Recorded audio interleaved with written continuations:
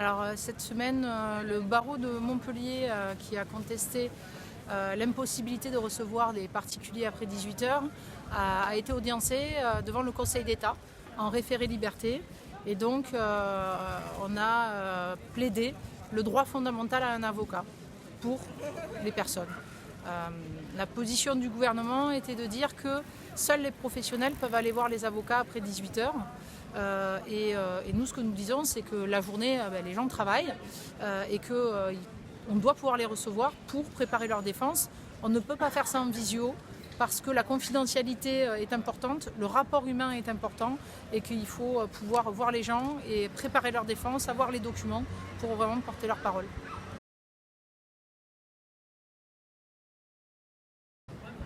Il y a des grosses difficultés pour la défense, c'est-à-dire que c'est plus difficile pour les plus vulnérables, donc pour pouvoir défendre soit par exemple les enfants, parce qu'il y a des conditions particulières, c'est aussi plus difficile pour tout ce qui est violence conjugale, pour les étrangers, pour le droit pénal, parce qu'on est dans des défenses le plus souvent d'urgence, ou dans des défenses où il y a des conditions particulières. Et si en cas d'urgence, on ne peut pas recevoir les gens pour avoir les documents, les papiers, etc., c'est très compliqué de mettre les droits en œuvre. Par ailleurs, les juridictions ont tendance à passer sur de l'écrit et à enlever toute l'oralité. Et ça rend très compliqué la défense des personnes.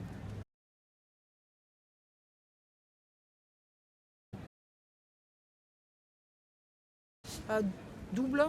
La première, pouvoir défendre les justiciables, parce que derrière la robe de l'avocat, il y a le justiciable.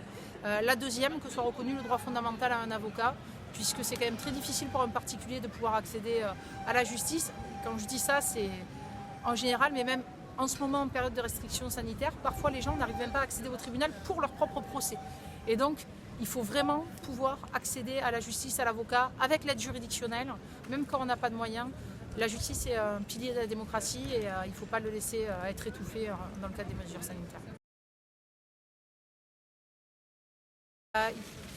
À Paris, au Conseil d'État, le barreau de Montpellier a été rejoint par le Conseil national des barreaux, la conférence des bâtonniers, et le barreau de Paris, c'est-à-dire que tous les modes de représentation étaient présents pour les plus de 60 000 avocats de France. Il y avait aussi des syndicats d'avocats, plus des barreaux individuels qui étaient présents, et toute la profession a pris conscience en fait de la nécessité de défendre l'accès au droit et l'accès à la justice.